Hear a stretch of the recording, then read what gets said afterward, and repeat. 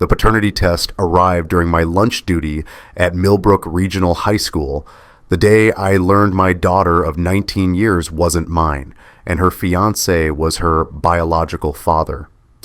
In a town this small, secrets are just lies, waiting for the right moment to breathe.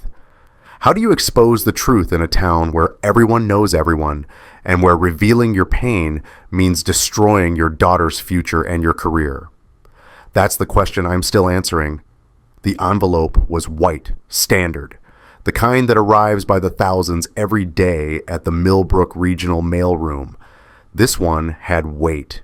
You could feel the cardstock inside before you even tore the perforated edge. The LabCorp logo was printed in blue and green, clinical, official, unchangeable. I was standing in the cafeteria, lunch duty. 147 students eating pizza and chicken nuggets, the smell of industrial fryer oil and teenage body spray thick in the air. My coffee mug was warm in my left hand, the envelope in my right. I'd ordered the test 3 days earlier after finding something I wasn't supposed to find. After 21 years of teaching English at this school, 19 years of being Chloe's father, 23 years of marriage to Linda, after all that time, 3 days of waiting for an envelope to tell me if my life was real. I tore the edge. The sound was sharp, crisp, final, like something breaking that can never be repaired. The results page was heavy paper, heavier than it should have been for just a few words. Black text on white, Times New Roman, size 12, probability of paternity, 0%. I read it 3 times. The number didn't change, but I did. The coffee mug fell. I didn't drop it. My hand just stopped working. Ceramic exploded on tile floor. Brown liquid splashed across white linoleum. 147 teenagers turned to look. Mr. Harper, you okay? That was Jenny Mitchell, Linda Mitchell's daughter, Grace Mitchell's niece, the secretary's granddaughter. In a town of 3,800 people, everyone's connected. Everyone knows everyone. I looked up from the paper. Through the cafeteria windows, across the quad, I could see the administrative building, 3rd floor, corner office, Principal Thomas Brennan's domain. And there he was, walking into my cafeteria toward the table where my daughter sat with her friends. Chloe looked up at him and smiled. That smile, the one that used to be mine. I taught for 21 years in a building where the principal was raising my daughter as his secret, and I never knew the hallways were built on lies. I left school at 2:15, told the office I was sick. Wasn't a lie. I drove home through October leaves, peak foliage season, when tourists flood our town to photograph the maples turning red and gold. Our house sits on Maple Street. Ironic. Linda wouldn't be home until 4:30. She had SAT prep on Tuesdays, or that's what she told me. I didn't know what was true anymore. I parked in the driveway. Our house is a white colonial, built in 1924, 3 bedrooms, detached garage. We've lived here 16 years, paid off the mortgage last spring. I remember the celebration dinner. Linda made lasagna. Chloe drove home from Dartmouth for the weekend. We toasted with sparkling cider because we don't drink. Standing in our bedroom, I felt like a stranger. I started with her nightstand. Drawer stuck, always has. Inside, reading glasses, hand lotion, a paperback romance novel, receipts from the grocery store, nothing. Her closet. 43 years old, and Linda still organizes by color. Blouses progress from white to cream to pink to red. Skirts hang by length. On the shelf above, shoe boxes, a hat box from our honeymoon in Vermont. We honeymooned 30 miles from where we live because we couldn't afford better. I was 20, she was 18. We thought we had time to travel later. The gym bag was in the back corner. Black Nike, duffel, nothing special. I unzipped it, workout clothes, a water bottle, socks rolled into balls. One sock felt wrong, too heavy. I unrolled it. Gray Samsung flip phone, scratched plastic, a straight talk prepaid sticker on the back, the kind you buy at gas stations with cash. No contract, no name attached. The screen was cracked in the bottom right corner. My hands were shaking. I opened it. The phone made this specific sound, a mechanical snap, like breaking a wishbone. The buttons clicked when I pressed them. Cheap plastic, loose from wear. The phone smelled like Linda's car. Vanilla air freshener. She keeps it in the glove compartment. The text log loaded. A one contact. TB, Thomas Brennan, 1,843 messages. I scrolled to the oldest one, October 2015, 10 years ago. Chloe was 9. Chloe fell asleep. Meet me at the usual place. I scrolled down. March 2019. Chloe was 13. Watching her grow is agony. She's ours, but she'll never know. December 2024. 8 months ago. Chloe was 19. Proposed to E tonight. D suspects nothing. Once we're married, the timeline won't matter. E. Emma. That's what Thomas calls her. Chloe's middle name is Emma. D. That's me. Daniel. No, Michael. I'm Michael. But he called me D like I was a variable in an equation, a placeholder, someone to solve around. The first text was from October 2015. Chloe fell asleep. Meet me at the usual place. My daughter was 9 years old. I sat on the bedroom floor with the phone in my hands for 20 minutes, maybe longer. The afternoon light came through the window at a low angle. Fall light. Everything gold and dying. I couldn't call the police. What law was broken? Adultery isn't illegal in Vermont. Lying isn't a crime. I couldn't confront Linda yet. I needed more. Evidence, proof. Something beyond text messages that could be explained away. Something beyond a paternity test that said I wasn't Chloe's biological father, because that just raised questions. It didn't prove Thomas was. I needed to know how deep this went. I put the phone in my jacket pocket, put the sock back in the gym bag, zipped it closed, returned everything to exactly how I'd found it. 21 years of teaching teenagers had taught me about hiding evidence. At 4:15, my own phone buzzed. Grace Mitchell, vice principal. We'd worked together for 12 years. Michael, can you come to my office tomorrow? Before school? 7 a.m.? I need to show you something. What is it? Not on the phone, please, just come. Grace Mitchell's office smells like coffee and paper. She keeps a French press on her desk and grinds her beans fresh every morning. The smell hits you when you walk in. Dark roast, burnt almost. It was 7:03 a.m., gray morning, rain on the windows. October in Vermont means rain and cold and leaves turning to mulch. Grace is 39, 12 years younger than me. She has 2 kids in elementary school. She's been vice principal for 4 years. Before that, she taught chemistry. Her office is organized like a lab, everything labeled, everything in its place. She stood when I walked in, didn't smile. That's when I knew. Michael, sit down. I sat. The chair was the same one I'd sat in dozens of times for administrative meetings. It felt different now, like I was a student called to the principal's office. I need to show you something, and you're not going to like it. She pulled a manila folder from her desk drawer, 2 inches thick. The folder was old, edges yellowing, paper softening from humidity. A rubber band held it closed. She snapped the rubber band. The sound was sharp, loud in the quiet office. This is Thomas Brennan's personnel file. I stared at the red stamp on the front.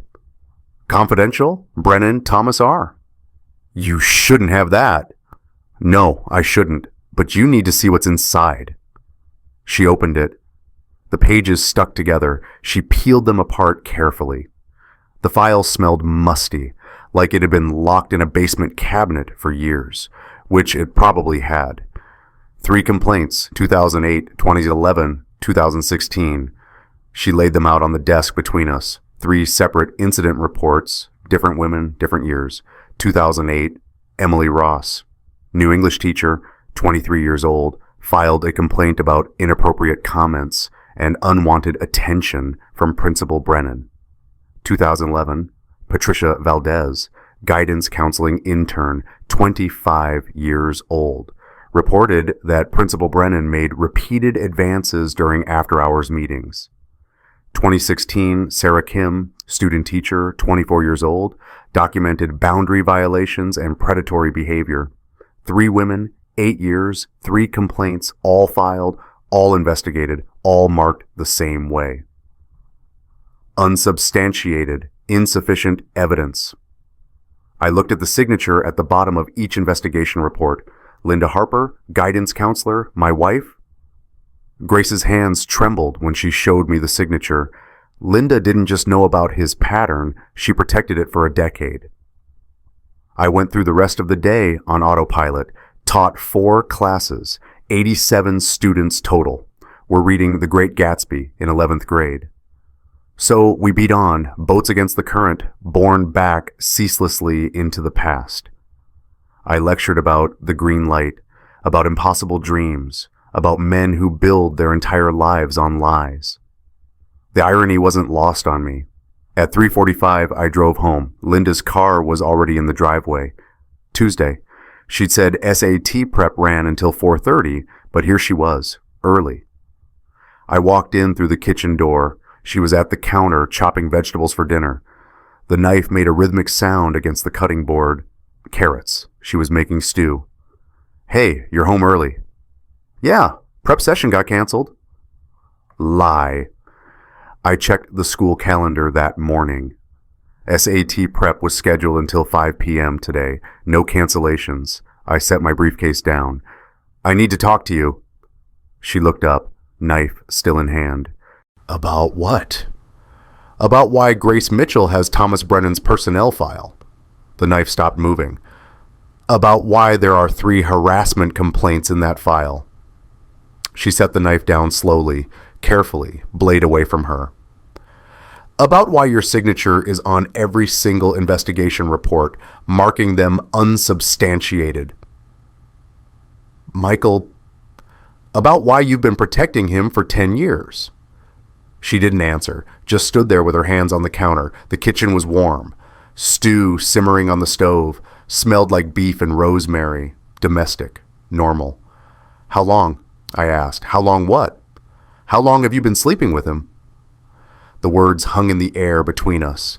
23 years of marriage. 2 decades of trust. Gone. Since 2014, she said, quiet, matter of fact, like she was telling me when she'd last gone to the dentist. 11 years. The staff retreat, I said, not a question. Grace had showed me the photo album. Black leather. Millbrook Regional Staff Development, October 2014, embossed in gold on the front. 40 pages of photos, including one from a hot tub. 2:17 a.m., Linda and Thomas, her hand on his shoulder. Yes. I pulled out my phone, opened the photos, the one I'd taken of the flip phone screen. 1,843 text messages. I showed her the screen, the message from December 2024. Proposed to E tonight. D suspects nothing. Once we're married, the timeline won't matter. Michael, Is Chloe his? Silence. Is she? Yes. The word was small, simple, but it ended everything. I thought about asking why, but I knew the answer wouldn't matter. There's no good reason, no explanation that makes it okay. This town was suffocating me, Michael. Thomas understood that. She said it like I was the one who failed her, like 19 years of raising another man's daughter while she carried on an affair was somehow my fault, like protecting a predator from his victims was justified because she felt trapped. I didn't yell, didn't throw anything, didn't even raise my voice. I just walked out of the kitchen, got in my car, and drove to my father's house 3 blocks away. Walter Harper is 68 years old, retired postman, delivered mail in Millbrook for 37 years. Everyone knows him. He handed out birthday cards and bills and wedding invitations and death certificates to every house in this town for 4 decades. He lives alone now. My mother died 5 years ago. Cancer. The house still smells like her lavender sachets. I told him everything. The paternity test, the phone, the personnel file, Thomas, Linda, Chloe, all of it. He sat in his recliner, the same chair he's sat in for 40 years. Didn't say anything for a long time, just stared at the photo of my mother on the mantel. What are you going to tell Chloe?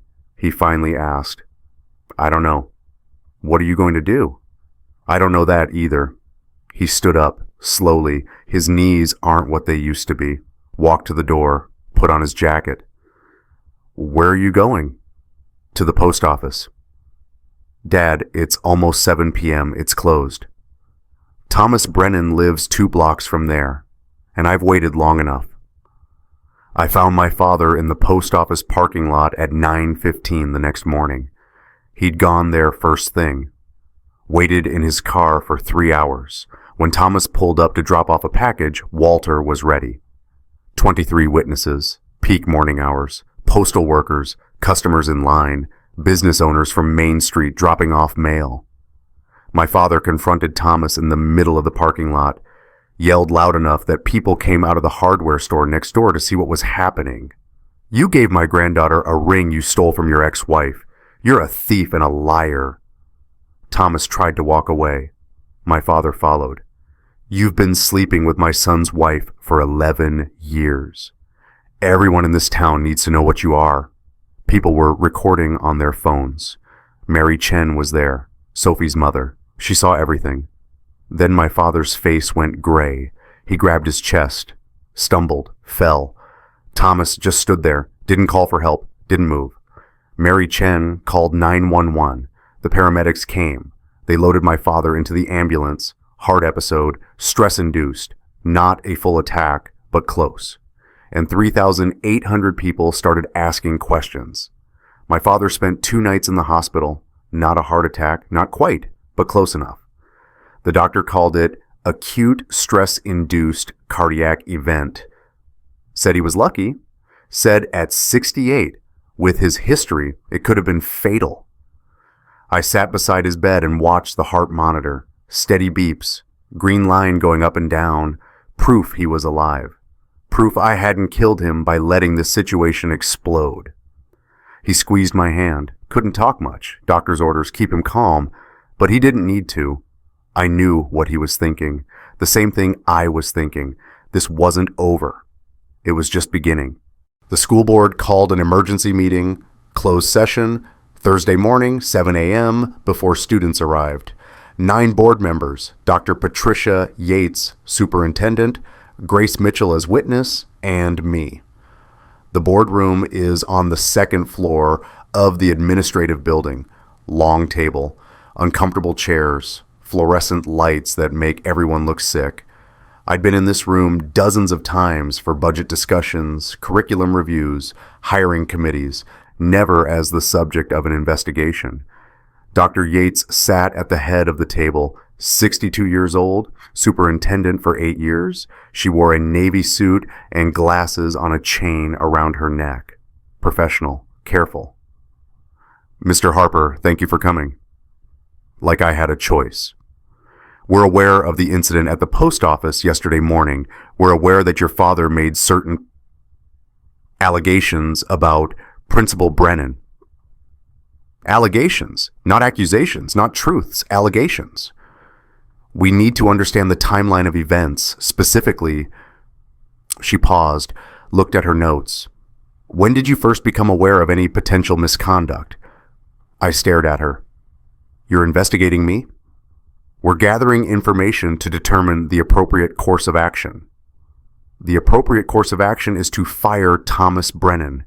He's been having an affair with a subordinate employee for 11 years. My wife is the school guidance counselor. He's her supervisor. That's a power imbalance. That's sexual harassment. We need evidence, Mr. Harper. I have evidence. 1,843 text messages. Security logs showing my wife accessed his office after hours using her master key. Robert Chen leaned forward. Sophie's uncle, school board vice chair. Mr. Harper, why did you wait so long to report this? The question hit like a fist. You've been aware of this situation for at least several days, maybe longer. You discovered the text messages. You knew about the personnel file.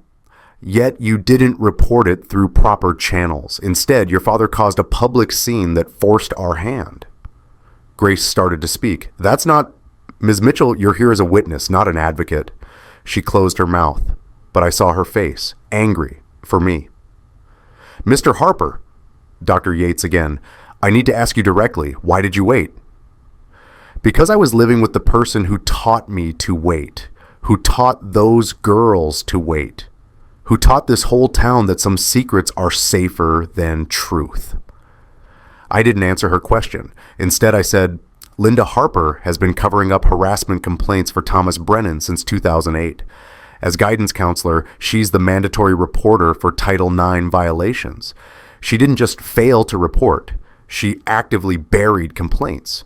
3 women came forward, 3 separate incidents, all marked unsubstantiated by my wife. Check the files. Silence.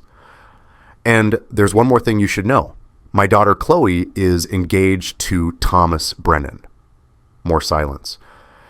She's planning to marry him on December 28th, and she has no idea he's her biological father. The superintendent said, Mr. Harper, why did you wait so long to report this? And I realized they were investigating me. If you've ever been told to stay silent when you knew something was wrong, when speaking up felt impossible because of who might get hurt, just type silence in the comments. You're not alone. Sometimes the hardest thing is choosing between loyalty and truth. I went home. Empty house. Linda had taken clothes and moved to her sister's place in Burlington, 45 miles away, far enough to avoid questions, close enough to still claim Millbrook as home. Chloe was at Dartmouth, fall semester. She called me twice. I hadn't answered. Couldn't, not yet. Not until I knew what to tell her. The house felt wrong without people in it. Too quiet. I could hear the refrigerator humming, the furnace clicking on, the floor creaking when I walked. Sounds I'd never noticed before. I made coffee, sat at the kitchen table, the same table where we'd eaten dinner as a family for 16 years. Chloe's homework scattered across the wood. Linda's grocery list magneted to the fridge. My lesson plans stacked in the corner. 23 years of marriage, 19 years of fatherhood, both built on lies. My phone buzzed. Linda. We need to talk. No, we don't. Michael, I'm pregnant. She came over that night, Wednesday, October 23rd. I remember because it was the night everything got worse. Linda sat across from me at the kitchen table, same spot she'd sat in for 16 years, different woman. Or maybe the same woman I'd just never seen clearly. I'm 18 weeks, due date January 8th. Math, simple math. 18 weeks ago was early June, late spring. It's his. Yes. Does he know? Yes. Does Chloe know you're pregnant? I told her this morning. She's excited. She thinks... Linda stopped, looked down. She thinks it's yours. I laughed. Couldn't help it. Dark, bitter sound. Of course she does. Because why would she think anything else? Why would anyone in this town think anything except what we tell them to think? Michael. What's the plan, Linda? You marry Chloe off to her biological father. Have his baby. Keep playing guidance counselor. Keep burying complaints. Keep this whole thing going until when? Until someone else figures it out? Until another Sophie Chen walks into your office and you have to decide whether to believe her or protect him? She flinched. What do you know about Sophie Chen? I know she graduated in 2021. I know she came to you senior year with a complaint about Thomas. I know you told her she was confused. I did what was best. Best for who? Not for Sophie. Not for Emily Ross or Patricia Valdez or Sarah Kim. Not for the next girl who walks through his door. You didn't do what was best. You did what was easiest. And you've been doing it for so long, you actually believe it was right. Silence. Then, what are you going to do? I don't know. Are you going to tell Chloe? She has a right to know. It will destroy her. You already did that. I'm just deciding whether to let her keep living in the lie or give her the truth. Linda stood up, walked to the door, stopped with her hand on the knob. This town was suffocating me, Michael, every day. Same people, same conversations, same expectations. Thomas understood that. He made me feel alive. And our daughter? The one you're sending into a marriage with her own father? Does she make you feel alive? Linda left without answering. Chloe came home Friday afternoon, October 25th. Family dinner, she'd said. We need to celebrate Mom's pregnancy. She walked in at 5:30, hugged me, same hug she'd been giving me since she was 4 years old. Arms around my neck, face pressed into my shoulder. Hey, Dad. Hey, sweetheart. She pulled back, looked at me. You okay? You sound tired. Long week. Yeah, Mom told me about Grandpa. How is he? Better. Home from the hospital, resting. Good, that's good. She set her bag down. So, Mom's pregnant. Can you believe it? A baby. I'm gonna have a little brother or sister, born right after my wedding. Thomas will be like, I don't know, grandfather adjacent? The name hit me like electricity. I turned away, busied myself with coffee I didn't want. You don't seem excited, Chloe said. I'm processing. Dad, come on. This is good news. Mom's healthy. The baby's healthy. You're going to be a father again. I wasn't going to be a father. I'd never been a father. Not biologically. Not to her. Not to this new baby. But I didn't say that. Instead, how's wedding planning? Her face lit up. Amazing. The venue is perfect. The photographer we wanted had a cancellation, so we got her. And Thomas's mom sent the family ring. Did I show you? The garnet. Yeah. It's from the 1890s, Victorian era, rose gold. It's been in his family for generations. He's giving me his history, you know? He stole it from his ex-wife 3 days before she fled Vermont with a restraining order. It's beautiful, I said. Dad. She came closer, put her hand on my arm. What's wrong? And don't say nothing. I know you. Do you? Do you know me? Do I know you? Chloe, I need to show you something. I gave her the burner phone, gray Samsung, cracked screen, the phone that smelled like her mother's car, vanilla air freshener. What is this? Open it, read the messages. She flipped it open, that mechanical snap, wishbone breaking, scrolled through the contact list, one name, TB. Thomas Brennan, I said. Your mother's been texting him for 10 years. Read them. She read. I watched her face. Watched the exact moment she understood. October 2015. Chloe fell asleep. Meet me at the usual place. She was 9 years old. March 2019. Watching her grow is agony. She's ours, but she'll never know. She was 13 years old. December 2024. Proposed to E tonight. D suspects nothing. Once we're married, the timeline won't matter. 8 months ago, 2 months before Thomas proposed to her, she looked up, eyes wide, face pale. What is this? Your mother and Thomas have been having an affair since 2014. Before you were born, Chloe, I need you to understand. I took a paternity test last week. What? I'm not your biological father. Thomas is. She dropped the phone. It clattered on the kitchen floor. Flip phone landing face up. Screen still glowing. His name visible. TB. That's not possible. I have the results. LabCorp. 0% probability of paternity. She shook her head, backed away from me. No, you're my dad. You've always been my dad. This is some kind of mistake. It's not a mistake. Then why? Why are you telling me this? Because you're engaged to your biological father and I can't let you marry him. She made a sound, not quite a scream, not quite a sob, something in between. Then she ran to the bathroom and vomited. I stood in the kitchen, listened to my daughter throw up, listened to her cry, listened to the water running as she washed her face. She came back, makeup smeared, eyes red. Let me see them, the texts. We sat on the kitchen floor.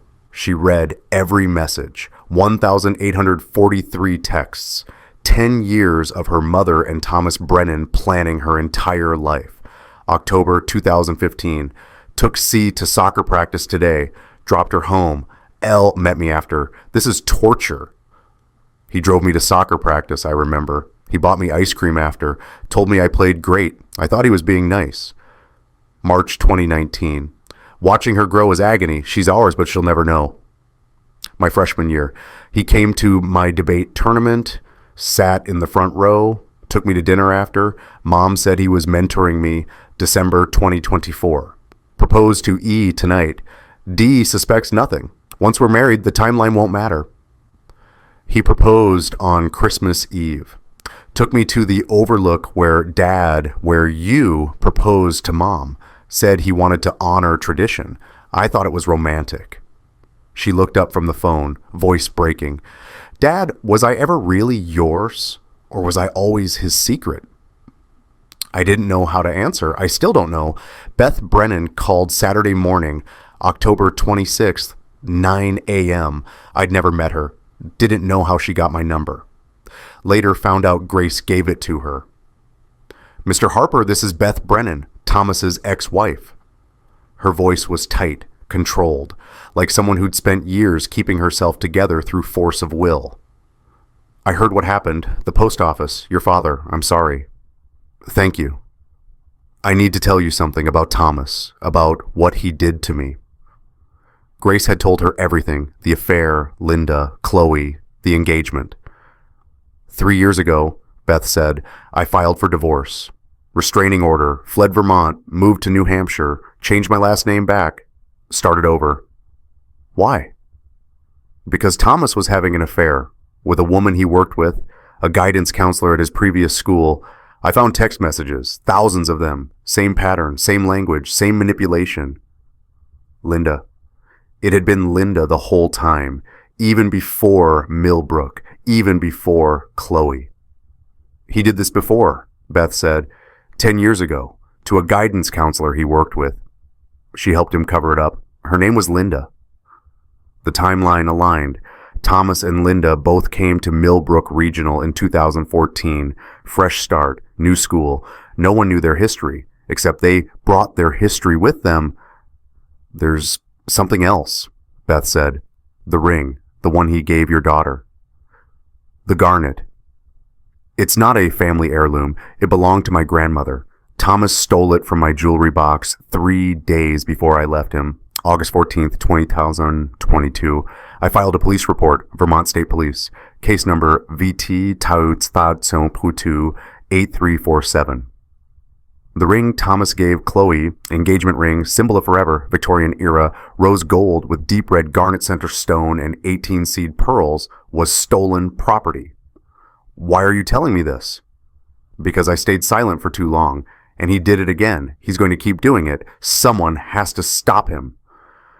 She gave me her restraining order documents, emailed them, 247 pages, detailed accounts of emotional abuse, manipulation, isolation tactics, a pattern of predatory behavior spanning years. He'd done this before. He was doing it now. He'd do it again. Monday morning, October 28th, school day. I had to teach. Had to stand in front of 87 students and pretend my life wasn't imploding. First period, 11th grade, the Scarlet Letter. We'd started the unit 2 weeks ago, before the paternity test, before the burner phone, before everything broke. Mr. Harper? I looked up. Sophie Chen stood in my doorway, 22 years old, graduated 2021. I'd taught her junior and senior year. Bright student, quiet, went to Vermont State, studying social work. Sophie, what are you doing here? Can I talk to you? It's important. She came in, closed the door behind her, sat in the front row, same desk she'd sat in 5 years ago. I heard about Principal Brennan, about your wife, about Chloe. News travels fast in small towns. I need to tell you something I should have told you a long time ago. I waited. Senior year, April 2021, Principal Brennan called me into his office, said he wanted to talk about my college plans. It was late, after school, everyone else had gone home. Her hands were shaking. She clasped them together, kept talking. He asked about my family, my interests, normal stuff. Then he said I was special, that he saw potential in me, that he wanted to mentor me.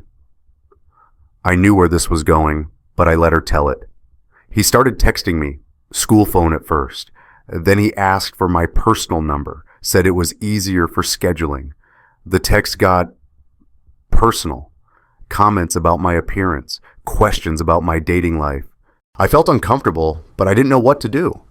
He was the principal. I was 17. She pulled out her phone, opened old messages, showed me.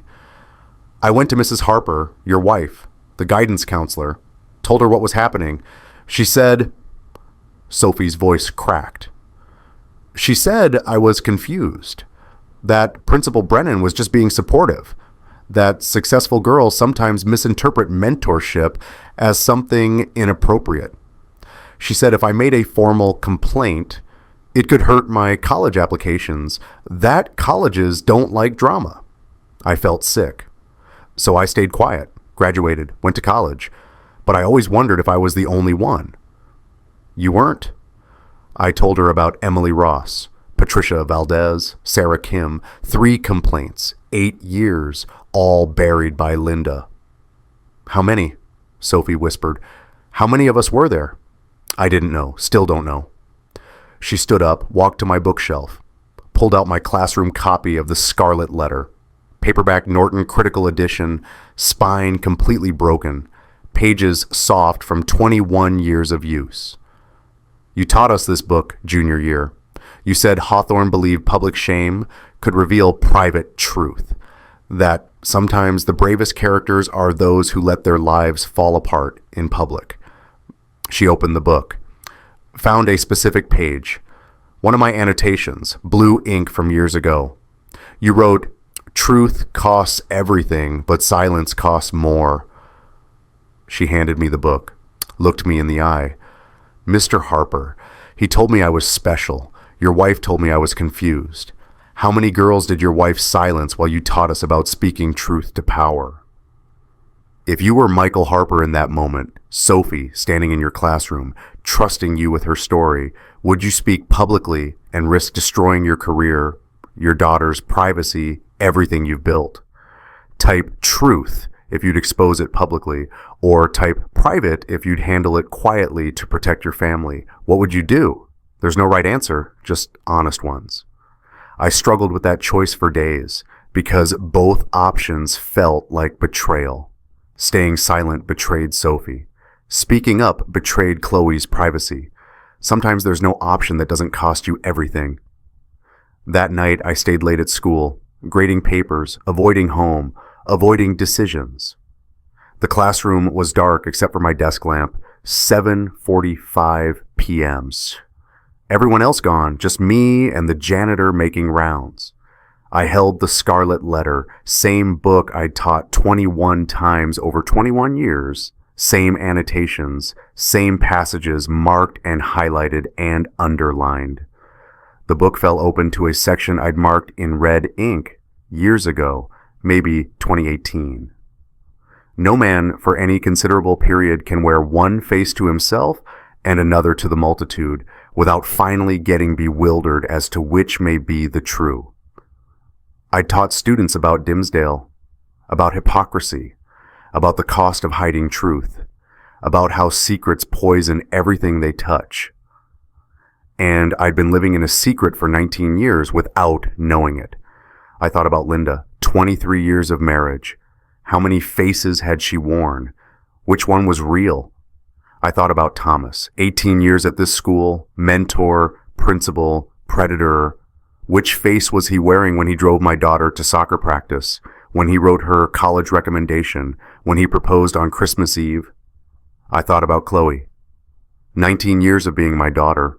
Was any of it real? Did biology matter? Does blood make family, or does showing up every day make family? I thought about Sophie Chen, and Emily Ross, and Patricia Valdez, and Sarah Kim, and the girl Beth mentioned from Thomas's previous school, and all the ones I didn't know about yet. How many? I put my head down on the desk. The wood was cool against my forehead. The classroom smelled like dry erase markers and teenage body spray and October rain coming through the cracked window. I thought about leaving, packing a bag, getting in my car, driving away from Millbrook and never coming back. New name, new state, new life. Let the whole thing collapse behind me. Let Linda and Thomas figure it out. Let the school board investigate without me. Let Chloe make her own choices. I could disappear. In a country of 330 million people, one middle-aged English teacher wouldn't be hard to lose. The classroom door opened. I didn't look up. Assumed it was the janitor. Michael. Not the janitor. Pastor Andrew Sterling, 51 years old, Millbrook Community Church. He'd married Linda and me 23 years ago, baptized Chloe, would have officiated her wedding in December. He sat in a student desk, too big for the seat, knees hitting the bottom of the attached table. Grace called me, said I should check on you. I didn't answer. She said you've been here since 6 this morning, that you taught 4 classes on 2 hours of sleep, that Sophie Chen came to see you, that you're making decisions you shouldn't make alone. I'm not making decisions. I'm avoiding them. Same thing. He was right. Michael, look at me. I looked up. The desk lamp threw shadows across his face, made him look older than 51. Your students are watching. What lesson are you teaching them now? I thought about that question for a long time. What lesson was I teaching? I'd taught Gatsby. So we beat on, boats against the current, borne back ceaselessly into the past. About men who build lives on lies and die in swimming pools, alone, while the people they try to impress don't even come to their funerals. I taught The Crucible. About communities that destroy themselves to protect their secrets. About good people who stay silent while innocents hang. I taught The Scarlet Letter. About public shame, revealing private truth, about the cost of hypocrisy, about how confession hurts but silence kills. I'd taught these books for 21 years. What lesson was I teaching now? Pastor Sterling stood up, walked to my bookshelf, pulled out the same copy of The Scarlet Letter that Sophie had held earlier. You know what Hawthorne got right? It's not that confession saves you. It's that secrets destroy everyone around you. Dimsdale's silence didn't just hurt him, it hurt Hester, Pearl, the entire community. His confession came too late, but it came. He set the book on my desk. Sophie Chen stood in your classroom and trusted you with her story. She was asking you to do what you taught her. Speak truth even when it costs everything. He walked to the door, stopped. Your students are watching, Michael. What lesson are you teaching them now? The door closed behind him. I sat in the dark classroom, alone, the desk lamp throwing my shadow long across the wall. Sophie's question echoed, How many girls did your wife silence while you taught us about speaking truth to power? I finally had an answer. Too many, and I was done being the teacher who told them to speak up while I stayed quiet. The town hall meeting was scheduled for November 15th, Friday night, 7 p.m., 3 weeks after my father collapsed in the post office parking lot, 2 weeks after Chloe read the burner phone, 1 week after Sophie Chen walked into my classroom. I spent those 3 weeks preparing. Grace helped. Pastor Sterling helped. My father helped, home from the hospital, weak but determined. And Chloe helped. That surprised me most. She came home from Dartmouth the weekend before the meeting, sat at the kitchen table, same table where she'd read those text messages, same table where she'd thrown up and cried and asked if she was ever really mine. Dad, I've been thinking about what you said, about staying silent versus speaking up. I waited. If you don't speak, he'll do it to someone else's daughter, to someone else's Sophie Chen, and I'll have to live knowing I could have stopped it. She pushed a piece of paper across the table, handwritten, her college-ruled notebook, the kind she used for lecture notes. I wrote down everything I remember, every time he drove me somewhere, every text message, every time he said I was special, every time Mom told me he was just being supportive. It's not evidence, not legal evidence, but it's the truth. She looked up, eyes red from crying, but clear, decided. Tell them, tell everyone. I don't care about my privacy anymore. I care about the next girl who walks into his office. My daughter was giving me permission to let her world fall apart. The town hall meeting was held in the municipal building on Main Street. built in 1887, white clapboard, black shutters. The same room where they hold planning board meetings and election counts and community forums. Capacity, 400 people. 680 showed up. Standing room only. People lined the walls, sat on the floor in front, spilled into the hallway. Mary Chen, Sophie's mother, opened the back doors so people could hear from outside. 17% of Millbrook's population in one room on a Friday night. I walked in at 6:55, 5 minutes early. The room went quiet. Front row, Walter Harper, Chloe, Grace Mitchell, Pastor Sterling. Middle rows, Sophie Chen, Emma Rodriguez, her friend from high school. 3 women I didn't recognize.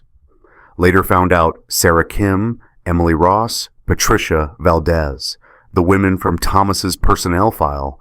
All 3 had driven from out of state to be there. Back row, Thomas Brennan, alone. Dark suit, arms crossed, face expressionless. 3 rows ahead of him, Linda, also alone.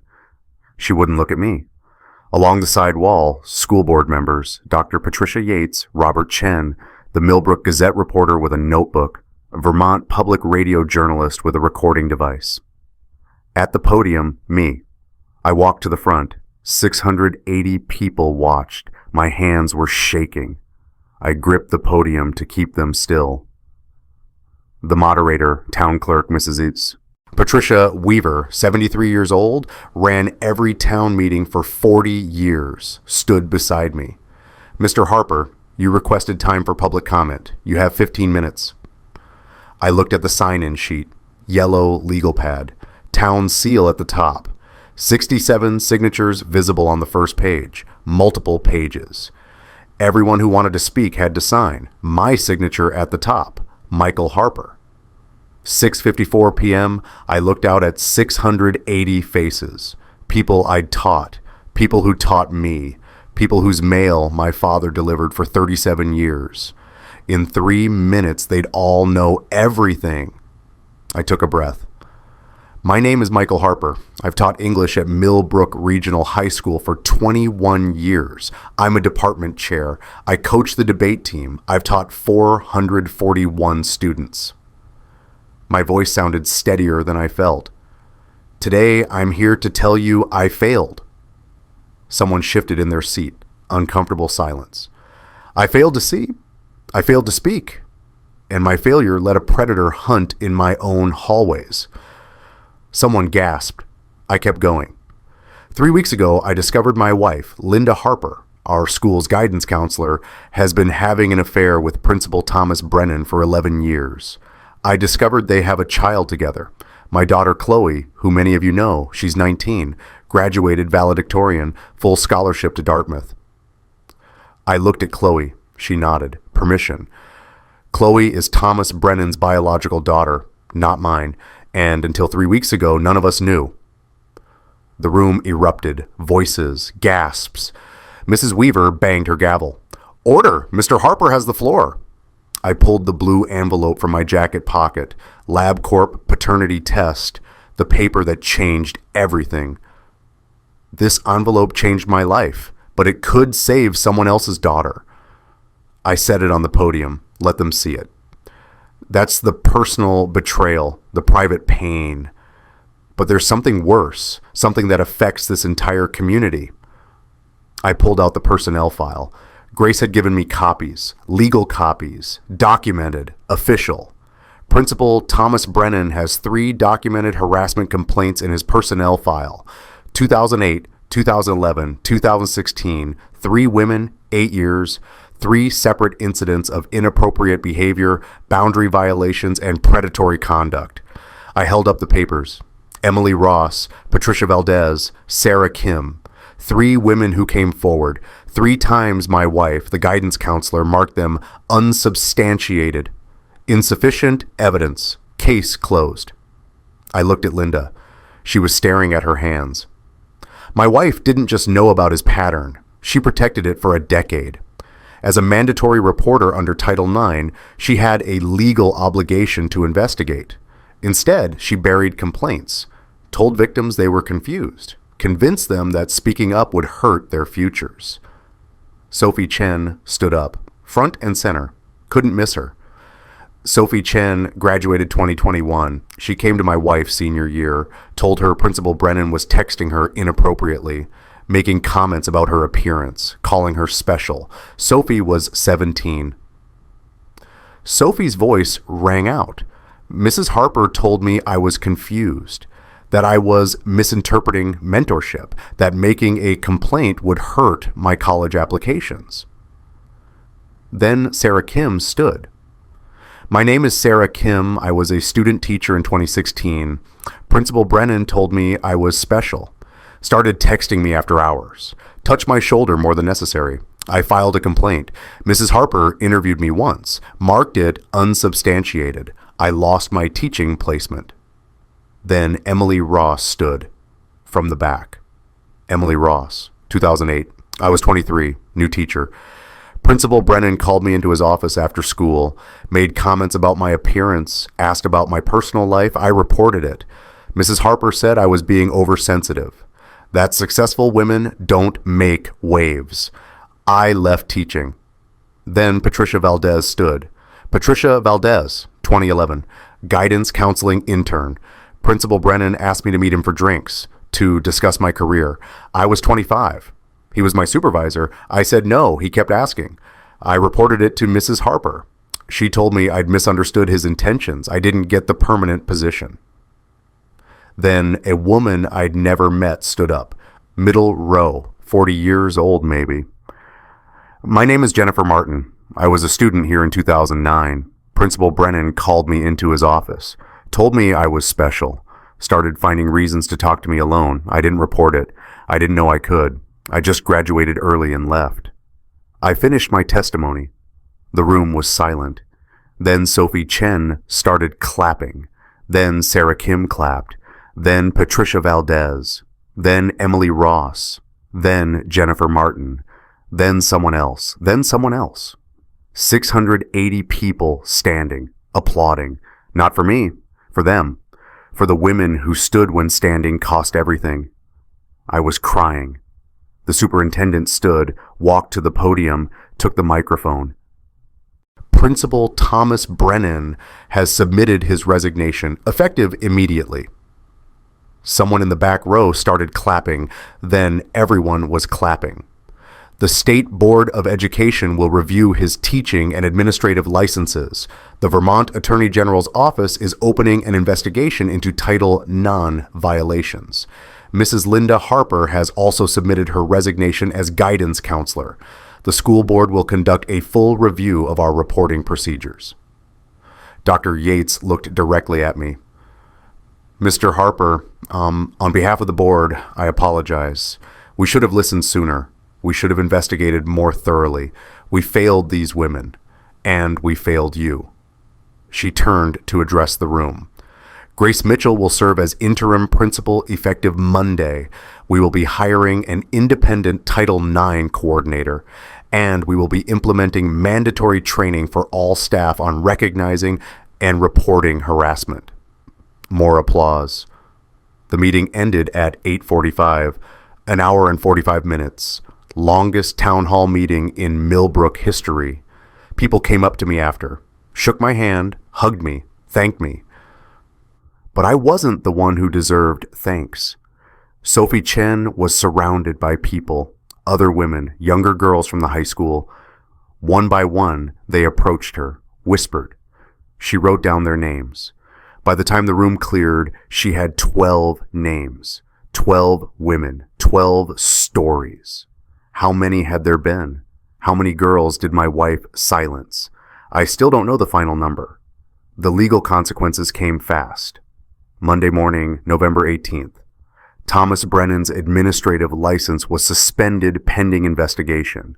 His teaching license was flagged for review. Tuesday, restraining order filed. Sophie Chen, Sarah Kim, Emily Ross, Patricia Valdez, and Jennifer Martin, all 5 women, filed a joint restraining order. Thomas Brennan was prohibited from being within 500 feet of any of them. Wednesday, The Attorney General announced a formal investigation into Title IX violations at Millbrook Regional High School. Subpoenas issued, documents requested, interviews scheduled. Friday. Linda's guidance counselor license was suspended. Mandatory reporter violation, failure to investigate, obstruction of justice. By December 1st, Linda had moved to her mother's house in Massachusetts, took her clothes, her car, left everything else. The divorce papers arrived December 5th. I signed them without reading past the first page. Let the lawyers figure out assets and settlements and who gets what. I didn't want anything except the truth on record. The baby, Linda was 24 weeks pregnant by then, the baby became part of the settlement negotiations. Linda agreed to relinquish custody rights after birth. The baby would be placed with an approved adoptive family. Grace Mitchell and her husband applied. They'd been trying for years. Fertility treatments hadn't worked. The adoption was approved December 20th. Linda signed the papers in a lawyer's office in Boston. Didn't come back to Vermont, didn't see the baby after delivery, just signed and walked away. The baby, a boy, was born January 8th, 2026, 7 pounds, 3 ounces, healthy. Grace named him Owen Mitchell. No connection to Thomas, no connection to Linda, just Grace and her husband and a baby who would grow up knowing the truth but not defined by it. Chloe went back to Dartmouth in January, spring semester. She'd deferred fall finals, taken incompletes, spent December in therapy. She called me every Sunday, same time, 3 p.m. Hey, Dad. Hey, sweetheart. We didn't talk about Thomas, didn't talk about Linda, didn't talk about biology or paternity or who was related to whom. We talked about her classes, her roommate, the snow in New Hampshire, normal things. I've been thinking about that question I asked you, she said one Sunday in February. The night I read those texts, I asked if I was ever really yours. I waited. I was always yours. Biology doesn't change that. You showed up every day. Every soccer game, every debate tournament, every parent-teacher conference, every time I needed you, that's what makes you my dad, not DNA, showing up. I cried. She cried. I love you, Chloe. I love you too, Dad. Spring came to Vermont like it always does. Slowly, reluctantly. Snow melting to mud, mud drying to grass, grass greening day by day until suddenly it's April and everything's alive again. I stood in my classroom, 4th period, 11th grade, the Scarlet Letter. Same unit I'd taught 21 times over 21 years. But this time was different. I held the Norton Critical Edition, spine completely broken, pages soft as fabric. My annotations in 3 different colors, blue from 2004, green from 2012, red from 2018. I opened to page 147, the margin note I'd written years ago. Truth costs everything, but silence costs more. I read it aloud to my students. Hawthorne believed public shame could reveal private truth. That sometimes the bravest characters are those who let their lives fall apart in public. I taught you that for years, but I didn't really understand it until 6 months ago. They knew the story. Everyone in Millbrook knew. It had been front page news. Vermont Public Radio had done a feature. The Gazette had run a week-long series. I want to show you something. I pulled out a pen, black ink, wrote a new margin note right below the old one. Truth spoken publicly heals privately. April 2026, after the town hall. The classroom door opened. Sophie Chen walked in. 22 years old, social work major. She graduated from Vermont State in December, spent spring semester starting a support group for survivors of workplace harassment. Mr. Harper invited me to speak to you today, she said, about speaking up, about staying silent, about the cost of both.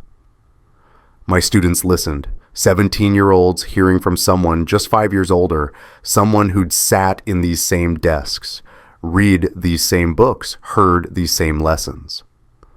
Mr. Harper taught us that Dimsdale's confession came too late, that his silence destroyed everyone around him, that truth costs everything, but silence costs more. She looked at me.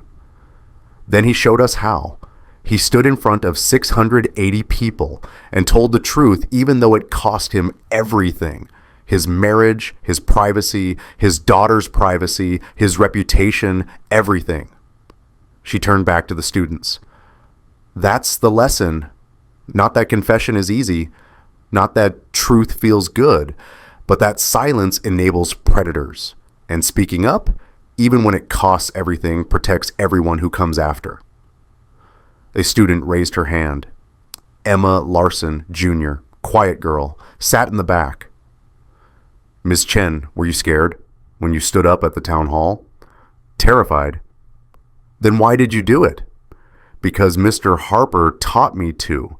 He taught me about Atticus Finch standing up to a racist town, about John Proctor choosing truth over his life, about Hester Prynne wearing the scarlet letter with dignity. He taught me that literature isn't just stories, it's instructions for living. She paused. And then he lived the lesson himself. That's when I knew I could too. Class ended. Students filed out. Sophie stayed. How many now? I asked. 17, the support group, 17 members. We meet twice a month. Some are from Millbrook, some heard about it and drove from other towns. We're starting a statewide network, connecting survivors, training teachers to recognize warning signs, working with school districts to update reporting policies. That's incredible. It's because of you, because you spoke up. No, it's because you were brave enough to trust me with your story. She smiled, picked up my copy of The Scarlet Letter. Read the new margin note. Truth spoken publicly heals privately. I like that. Can I use it? It's yours. She left. I sat at my desk, late afternoon light coming through the windows, April sun, warm and golden. My phone buzzed. Text from Chloe. Hey Dad, just registered for fall classes, taking a course on ethics and education. Made me think of you. Love you. Another text. Walter. Grace invited me to Owen's baptism next month. I'm going. You should come too. He's family. Complicated family, but family. Another text. Grace. Board approved my permanent appointment as principal. First order of business, hired a full-time Title IX coordinator. Second order of business, mandatory staff training on harassment prevention. Third order of business, thank you. None of this happens without you. I looked around my classroom, same room I'd taught in for 21 years, same desks, same books, same windows overlooking the quad, but different now, honest now. In a town this small, everyone knows everyone. Now everyone knows the truth, and we're still here, still neighbors, still family, just honest this time. Michael and Chloe redefined what family means. Not who you're born to, but who shows up when everything falls apart. Who stays when the truth comes out? Who chooses you again after learning everything? If you've built your own chosen family, the people who earned their place in your life instead of inheriting it, tell me about them in the comments. I'd love to hear those stories. And if this story moved you, hit subscribe. I tell stories about finding courage when the cost feels too high, about speaking truth in small towns and big systems, about redefining family, integrity, justice. I'll see you in the next one. 6 months after the town hall meeting, I stood in my classroom teaching The Scarlet Letter to a new group of students. Sophie Chen sat in the back row as a guest speaker. She runs a support group now, 17 members, growing. She told my students, Mr. Harper taught us to speak up. Then he showed us how. And I realized I'd finally lived the lesson I'd been teaching for 21 years. Not perfectly, but honestly. And that's enough. In a town this small, secrets are just lies waiting for the right moment to breathe. They breathed. The truth hurt. But the truth also healed. We're still here. Still teaching, still learning, still choosing each other, still family.